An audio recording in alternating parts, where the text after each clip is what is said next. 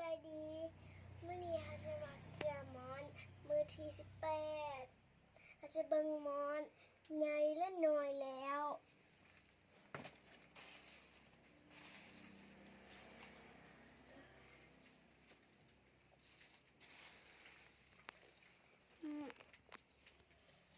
มันใหญ่หรือมันน้อยลูกว่านะมันใหญ่ มันใหญ่นะอู้หูไหมอุยลุยไอลายลูกตัวอุยลุยไอลายเนาะแม่น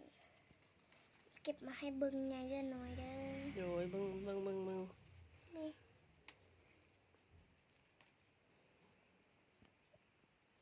นั่น จับดีๆลูก วันเก่า เบิ่งเด้อทายชูให้เบิ่งมอเวลามอนกินใบอู้กินบักกางเกงเบิ่งเด้อเห็นว่าทุกคนเบิ่งคือนอนซื่อๆเนาะแต่ว่าอันที่จริงเรายังกินอยู่เด้อ แม่นถ้ามันกินมันคิดว่าน้ำกินมันอะในขี้หมอนนี่หลาย ตัวบักตุยๆบักใหญ่ๆ อัน เนาะ แม่ก็ปัดอันนี้ดิโบลูกแค่อันสองอันนี้นะคะ แต่ลูกป้อนตัวนี้ก่อนแม่ลูก ลูกจะเอาอันนี้ออกมาลูกยันมันจะปีนออก ในคุณตัวนี้พี่จะปีนให้ลูกเบิ่งเถิงคุณเห็นบ่ อันนี้ว่ะ เห็นบ่จับกิ้งมันมาลงมาเลยลูก จะกิ้งลงมาเลย จับใบเด้ใช่แหละ อันนี้นาง มอนใหญ่ไล่เนาะมื้อนี้เนาะกำลังกินเลยเนาะเห็นบ่ เพื่อนนะ กินใบน่ะจุ๊บเห็นบ่ตัวตุยๆนี่กินโคตรเก่งเลยเนาะนี่ ใส่ตัวติด เห็นบ่ อันนี้ แม่น บอลเงาให้เบอร์ตุย โดยมื้อนี้จะเห็นแบบว่าเห็นขาเนาะเห็นขาเห็นตาเห็นกลชัดเจนนะเด้อทุกคนเด้อมื้อนี้นะมื้อนี้เห็นแจงชัดเจนเนาะให้ดิซี่เกลือไหมลูกเกลือไหมลูกเกลือเราไปบ้านไม่เท่าเลยมื้อนี้นะเกลือแล้วมื้อนี้เราไปบ้านไม่เท่าอันนี้ใบมอนนี่เก็บมาแต่เมื่อวานนี้เด้อสามารถเก็บไว้เนาะเก็บไว้ใดแล้วก็อันน่ะมื้อนึง2มือก็ได้เนาะ ดิซี่บ่ดึงลูกปล่อยลูกอันน่ะมือหนึ่ง2มือก็ได้เพราะว่ามันอันน่ะมันเป็นยำฟ้นเนาะทุกคนเนาะมันเป็นยำฟ้นเขาเก็บไปแล้วก็ใบมอนมันแห้งแล้วลูกก็ไปเอาเองไหมลูกใบมอนมันแห้งแล้วเกลือมันจริงอันน่ะปลอดภัยเนาะยานมอนจะติดเสื้อนะทุกคนเสื้อลาเนาะเสื้อต่างๆที่มาจากต้นไม้นะแล้วก็เวลาที่เขาเก็บนวลจำนวนไล่มาโอ้ระวังเนาะระวังแม่ว่ามีนะมีมดมีแมงนะทุกคน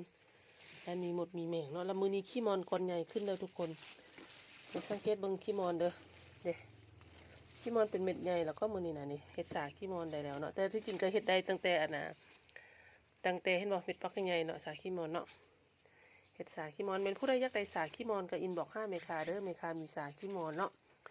มีสาขี้มอนอะไรก็มีสาใบมอนคือกันเนาะอันน่ะแบ่งค่ายเนาะเพราะว่าเมคาคั่วแบบคั่วธรรมชาติได้คั่วแบบคั่วสุกคั่วสดนะคั่วสุกกับหม้อเลยเนาะคั่วไฟอ่อนๆอุณหภูมิต่ำๆเนาะอันเฮ็ดให้ใบมอนนั้นหอมเนาะหอมแล้วก็รสชาติแซ่บเด้อคนเด้ออลิซีลูกเอาอยู่ใช่มาตัวนี้น่ะ เนี่ย ลูกเอาอยู่ใช่มาลูก เอาหนังทั่วข้างใน ลูกบ่ได้เอาอยู่ฟลอร์มาวะเพราะว่าอันอยู่ฟลอร์มันแม่ใจออกก็แม่ทิ่มไปฟลอร์นะลูกเก็บขึ้นมามันน่ะ บัว เอาดีๆลูก บัวมีใบใหญ่นี่ นี่ใบใหญ่น่ะเพราะว่าแม่คือว่าเห็นตัวหมดก็อันอยู่ฟลอร์หั่นน่ะแล้วอันแนวเอาทิ่มไว้ลุมน่ะคือว่าเห็นมันคือว่าเห็นลูกเอามา บุได้เอามา ฉันอยู่ฟลอร์มันคือบ่เห็นซะนะ อู้ หือ บุได้เก็บดู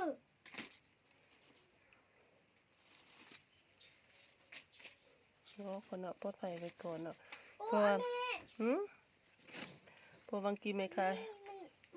ใบมันมืดวักไว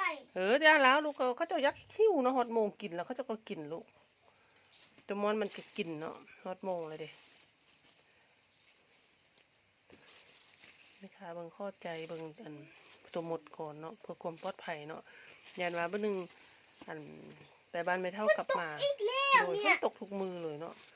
ยานมาเบิ่งหนึงไปบ้านไม่เท่ากลับมาแล้วอัน มันจะตายปะเบิดเนาะปลอดภัยไปก่อนนะทุกคนเนาะนี่ลูกไข่เอาอยู่ตัวใหม่แม่ลูกนี่อยู่ดงมันปกค่ะนี่แม่เก็บใบมอนมาไว้ให้ไอ้จอยเก็บให้เมื่อวานนี้นะ ดูอันดง นี่ ดงมีกองนี่ ไข่ออกแม่อยู่ไหนให้มันมีอีกนี่นะคะปกหักซ่าใบมอนไว้เนาะนี่ซ่าใบมอนไว้เพราะว่าฝนตกมือนี้นะฝนตกอยู่เบื้องล่วงนะตกคือจะเป็น10 เทื่อแหละทุกคนตกละเซาอยู่นี่แหละตกแล้วก็แดดออกตกแล้วก็แดดออกจนเท้าค่ำเนาะฉะนั้นทุกคนจะต้องระมัดระวังเด้อขับขี่รถ ลูกบริเก็บเมทิม แม่เอาทิ่มไม่ลุมหั่นแม่หักกระทิ่มเพอมันมีตัวมดลูกอันไม่ได้แม่ทิ่มอยู่พื้นแล้วลูกก็บ่ต้องเอาแสดงว่ามันใส่บ่ได้ลูกเอ้ย อันนี้อันตกแต่ลูกน้องตกอันนึงเลย How long before the make the cocoon? Well, ลิซี่เซกุดบายไว้ลูก บายบาย มื้อหน้าเจอกันใหม่นะลิซี่นะอย่าต้องไปนิดนึงลูกบ่เห็นหน้าลูก เจอกันใหม่ โอเค เกือบมอนอีกข้อหนึ่งก่อน บ๊ายบายนะทุกคนเนาะจะเกลือมันแล้วติลูกโอเคเอาเกลือแล้วก็จึงเกลือเนาะบอกว่าจะหยุดคลิปแล้วก็ยังเกลืออยู่โอเคบ๊ายบายบัดนี้นะบ๊ายบายนะลูก บายบายมาเจอกันมื้ออื่นเด้อบายบายมากดไลค์กดแชร์ให้เด้อบายบาย